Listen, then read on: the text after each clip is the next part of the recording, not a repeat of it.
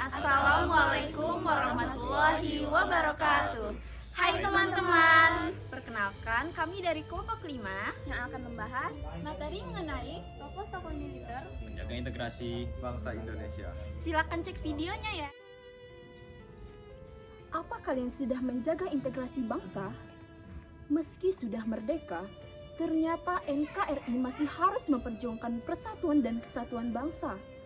Dikarenakan keberagaman agama, suku, dan bangsa. Itu terjadi karena rakyat Indonesia masih asing dengan perbedaan yang ada.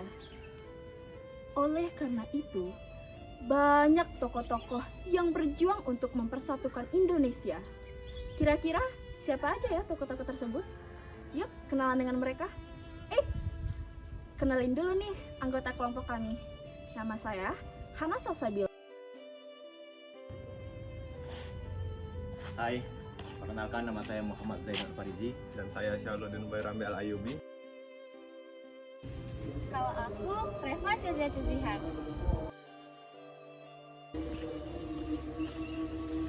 Saya Isagara Diva. Kalau aku, Rahmelina Zafira. Tokoh militer penjaga integrasi bangsa Indonesia yang pertama adalah Letnan Jenderal TNI Anumerta Siswondo Parman, atau biasa dikenal dengan Siswondo Parman. Parman lahir pada tanggal 4 Agustus 1918 di Wonosobo, Jawa Tengah. Parman memiliki seorang ayah yang bernama Kromo Diharjo yang bekerja sebagai seorang pedagang di pasar. Parman juga memiliki seorang kakak laki-laki yang bernama Insinyur Sakirman yang nantinya akan menjadi salah satu petinggi di Politbiro CTPK. Parman berpendidikan di HIS atau Sekolah Dasar Belanda di Wonosobo. Kemudian ia melanjutkan pendidikannya di Mulo, Yogyakarta. Parman berniat untuk melanjutkan pendidikannya di AMS. Akan tetapi, pada tahun 1937, ayah Parman meninggal. Parman pun tidak bersekolah hampir 2 tahun. Kemudian, ia mengikuti ibunya berdagang di pasar. Ketika menemukan kesempatan yang tepat, Parman pun melanjutkan pendidikannya di AMS. Sesuai dengan keinginan ayahnya, Parman bersekolah di Sekolah Tinggi Kedokteran di Stovia, Jakarta. Namun, pada tahun 1942, lagi-lagi sekolah Parman terhambat karena pada tahun itu Jepang menginvasi. Indonesia merdeka, Parman memilih untuk terjun ke dunia militer. Pada masa agresi militer kedua, Parman ikut berpartisipasi dalam gerilya keluar kota. Ketika agresi berakhir, Parman melanjutkan pendidikannya di Breda, Belanda.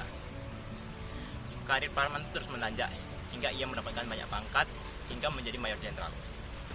Beliau menjabat sebagai asisten 1 Menpangat di bidang intelijen. Pada masa jabatannya ini, Parman berhasil menggagalkan gerakan APRA, yaitu kelompok pemberontak yang dipimpin oleh Raymond Westerling yang berencana untuk membunuh Menteri Pertahanan dan Angkatan Bersenjata. Pada masa PKI memiliki pengaruh yang luas. Pada masa itu, Parman menolak keras pembentukan Angkatan Kelima yang didesak oleh PKI. Karena Parman ini memiliki jabatan tinggi di intelijen dan memiliki pengetahuan yang banyak tentang PKI, Parman pun menjadi incaran utama oleh PKI. Tanggal 1 Oktober 1965, Parman diculik oleh segerombolan G30S PKI yang dipimpin oleh Serma Satar dari Resimen Jatra Birawa. Yang setelah itu, Parman disiksa dengan kejam hingga tewas dan jasadnya pun ditemukan pada tanggal 4 Oktober 1965 dan dikuburkan di TMP Kalibata pada tanggal 5 Oktober 1965. Lalu yang kedua ada Gatot Subroto. Gatot Subroto lahir di Supiuh, Banyumas, Jawa Tengah pada tanggal 10 Oktober 1907. Beliau dikenal memiliki sifat yang tegas, pemberani, bertanggung jawab, dan pantang atas kesewenang-wenangan. Pada awalnya beliau menempuh pendidikan di sekolah ILS. Namun karena suatu hal, beliau dikeluarkan dan dipindahkan ke sekolah HIS. Dan di sanalah beliau menyelesaikan pendidikannya.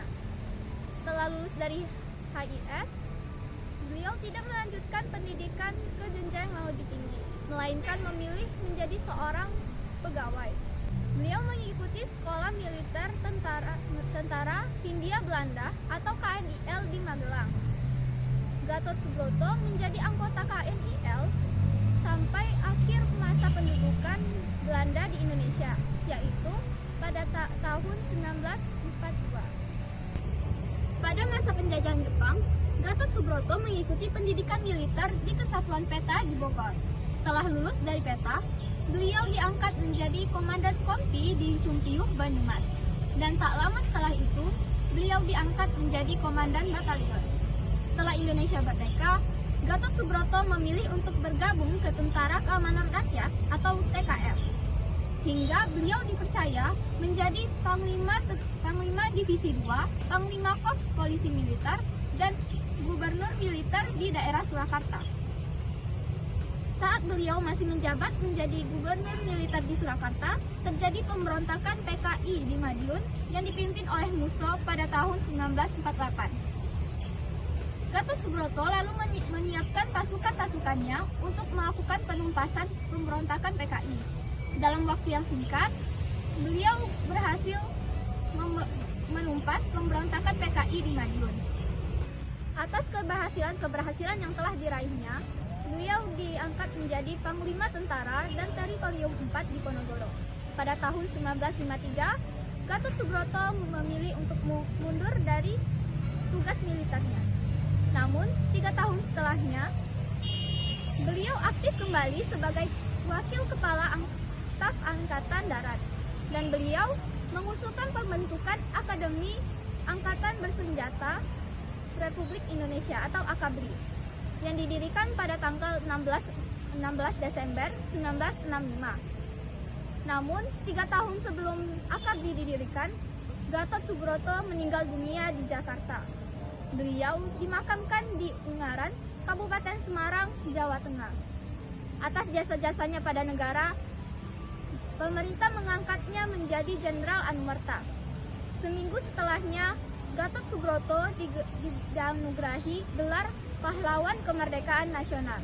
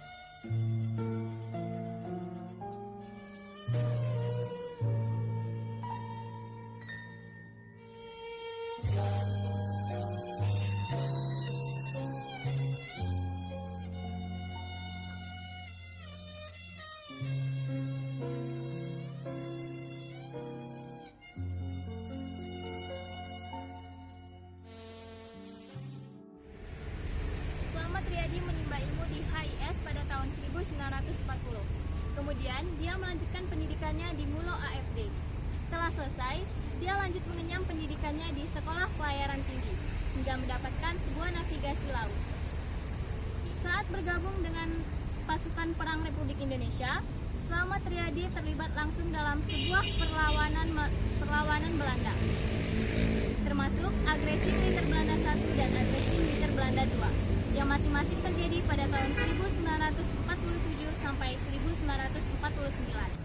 Pada saat Slamet Riyadi bergabung dengan Angkatan Perang Republik Indonesia, Slamet Riyadi selalu terlibat dalam perlawanan melawan Belanda, termasuk agresi militer I dan agresi militer II, yang masing-masing terjadi pada tahun 1947 dan 1949. Selain itu, Slamet Riyadi pernah menjadi pemimpin serangan umum di kota Solo selama 4 hari dari tanggal 7 sampai 11 Agustus 1949. Frontal ini mengakibatkan 7 orang Belanda tewas dan 3 orang lainnya menjadi tawanan. Slamet Riyadi terlibat dalam operasi-operasi Angkatan Bersenjata Republik Indonesia.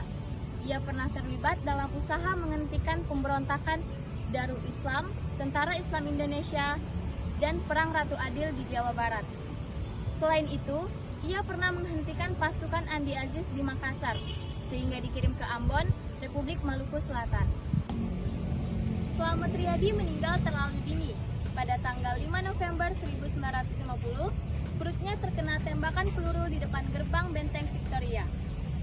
Dengan demikian, peranan Slamet Riyadi dalam menjaga integrasi adalah dengan terlibatnya dalam operasi-operasi pemberontakan, seperti pemberontakan Darul Islam, pemberontakan Tentara Islam Indonesia, pemberontakan Perang Ratu Adil, dan pemberontakan Republik Maluku Selatan, serta pemberontakan Darul Aziz. Saat kecil, Ahmad Yani dimasukkan ke HIS di Purworejo. Setelah itu, Ahmad Yani tamat dari HIS pada tahun 1935 dan meneruskan pendidikannya ke Mulo di Bogor. Setelah itu, pada tahun 1938, Ahmad Yani meneruskan pendidikannya ke AMS di Jakarta. Namun, pendidikannya di AMS hanya sampai kelas 2 saja karena adanya misili yang diumumkan oleh pemerintah Hindia Belanda untuk menjalani wajib militer. Ahmad Yani kemudian mengikuti pendidikan topografi militer di Malang dan mendapat pangkat sersan. Pendidikannya tersebut terganggu karena kedatangan tentara Jepang pada tahun 1942. Di tahun 1943, Ahmad Yani mengikuti pendidikan Heiho di Magelang, dan setelah itu ia bergabung dengan tentara TK di Bogor. Pada saat terjadi agresi militer Belanda I, Ahmad Yani dan pasukannya berhasil menahan serangan Belanda. Setelah Indonesia mencapai kedaulatan, Ahmad Yani diberi tugas untuk melawan pasukan Darul Islam atau Tentara Islam Indonesia. Lalu dibentuklah pasukan Badang Riders untuk melawan pasukan DITI tersebut. Dan akhirnya pasukan DITI berhasil dikalahkan. Pada tahun 1958, terjadi pemberontakan PRRI di Sumatera Barat, dan Ahmad Yani ditunjuk sebagai Komandan Komando Operasi 17 Agustus dan melawan pemberontakan tersebut dan berhasil menang. Karena pencapaian tersebut, pada tahun 1962, Ahmad Yani diangkat menjadi Panglima Angkatan Darat. Ahmad Yani selalu berbeda pendapat dengan Partai Komunis Indonesia. Saat TKI menginginkan pembentukan Angkatan kelima, Ahmad Yani menolaknya. Kemudian, PKI menjadikan Ahmad Yani sebagai salah satu target dari 7 petinggi TNI AD yang akan diculik dan dibunuh saat pemberontakan G30 SPKI. Beliau meninggal karena dibunuh oleh anggota G30 SPKI saat akan menculiknya dari rumah. Beliau meninggal pada tanggal 1 Oktober 1965 di umur yang ke-43 tahun di Lubang Buaya, Jakarta. Yang kelima, Jenderal Abdul Haris Nasution, lahir di Kota Nopan, Tapanuli Selatan, Sumatera Utara pada tanggal 3 Desember 1918. Ia dibesarkan dalam keluarga tani. Ayahnya bernama Haji Abdul Halim Nasution dan ibunya bernama Zahara Lubis. Ayahnya adalah anggota pergerakan Syarikat Islam di Kota Nopan, Tapanuli Selatan. Jenderal Abdul Haris Nasution senang membaca cerita sejarah. Anak kedua dari 7 bersaudara ini melahap buku-buku sejarah dari Nabi Muhammad SAW sampai perang kemerdekaan Belanda dan Perancis. Jenderal Abdul Haris Nasution memulai pendidikannya di HIS dan tamat pada tahun 1932. Setelah itu, ia melanjutkan pendidikan menengahnya dan tamat pada tahun 1935. Ia kemudian berangkat ke Yogyakarta untuk melanjutkan sekolahnya di sekolah guru. Pada tahun 1938, ia meneruskan pendidikannya di AMS bagian B di Jakarta dan lulus pada tahun 1938. Di tahun 1957, Abdul Haris Nasution ikut dalam kancah politik Indonesia. Pada tahun 1957, terjadi pemberontakan PRRI atau Permesta. Soekarno kemudian menyatakan status negara dalam keadaan perang. Ia ditunjuk sebagai penguasa perang pusat. Pemberontakan kemudian dipadamkan dengan cepat. Ketika peristiwa G30 SPKI meletus pada tahun 1965, Jenderal Abdul Haris Nasution menjadi salah satu target utama dari PKI untuk diculik dan dilenyapkan bersama dengan Ahmad Yani dan beberapa jenderal lainnya. Namun, upaya tersebut gagal karena Abdul Haris Nasution dapat melarikan diri dengan melompat lewat jendela. Namun, ia harus kehilangan putrinya, yakni Ade Irma Nasution, yang tertembak ketika terjadi penculikan, serta ajudannya Pierre Tendean yang disangka sebagai Abdul Haris Nasution. Yang terakhir ialah Donald Ignatius Panjaitan atau yang biasa kita kenal dengan D.I. Panjaitan. Lahir di Bali G, Amandi, 9 Juni 1925, memiliki 6 orang anak dengan istri bernama Marike B.R. Tambunan. D.I. Panjaitan dibesarkan di lingkungan Rheinische Mission Gesellschaft, yaitu sebuah kelompok Zending Jerman. Orang tua D.I. Panjaitan merupakan pedagang kecil, sehingga cita-citanya untuk melanjutkan pendidikan ke Hochschule School atau yang biasa dikenal dengan HBS harus ditunda. Ia dikenal mahir berbahasa Jerman. Akhirnya, ia pun melanjutkan ke sekolah Mulo Tarutung atas permintaan orang tuanya. Namun, sayangnya, saat sedang menempuh pendidikan di sana, kedua orang tuanya meninggal dunia. Ia pun melanjutkan pendidikan militer di Gyubun di masa pendudukan Jepang dan ditempatkan di Pekanbaru, Riau hingga Indonesia merdeka. D.I. Panjaitan merupakan salah seorang TNI Angkatan Darat. Ia meninggal dunia pasca peristiwa G30 SPKI pada 1 Oktober 1965 di rumahnya. Ia pun dibawa menggunakan truk menuju Lubang Buaya dan baru ditemukan tanggal 4 Oktober 1965. Sehari kemudian, ia pun dipromosikan Anumerta sebagai Mayor TNI dan diberi gelar Pahlawan Revolusi. Ia pun dimakamkan di Taman Makam Pahlawan di Kalibata, Jakarta Selatan. Adapun peran D.I. Panjaitan ialah pada agresi militer Belanda II berlangsung, ia ditunjuk langsung menjadi pimpinan perbekalan perjuangan PDRI. Ia berhasil membongkar pengiriman persenjataan ilegal oleh pihak Cina yang ditujukan kepada PKI untuk persiapan persenjataan angkatan kelima. Akhirnya, perang saudara pun dapat dihindarkan. Selain itu, D.I. Panjaitan beserta anggota TNI Angkatan Darat lainnya menolak pembentukan Angkatan Kelima karena pada umumnya anggota TNI Angkatan Darat merupakan golongan anti-komunis. Namun sayangnya, D.I. Panjaitan meninggal dunia akibat G30 SPKI pada 1965 akibat penolakan tersebut.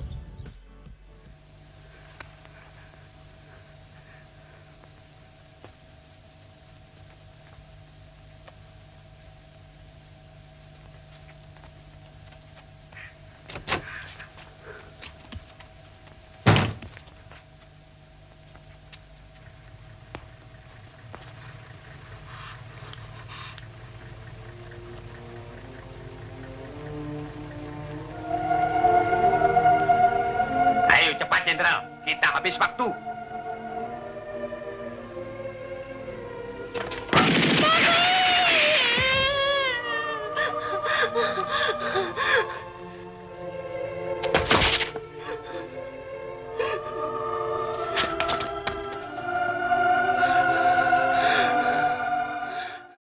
Bunga mawar, bunga melati. Warnanya cerah, tiada duanya. Cukup sekian, terima kasih. Semoga tidak ada yang lainnya. Menggoreng ikan dengan bakmi. Digoreng terpisah, jangan sekaligus. Sekian presentasi kami. Semoga mendapat nilai yang bagus. Demikianlah yang dapat kami sampaikan materi mengenai tokoh militer penjaga integrasi bangsa. Terima kasih telah menonton. Mohon maaf apabila ada kekurangan.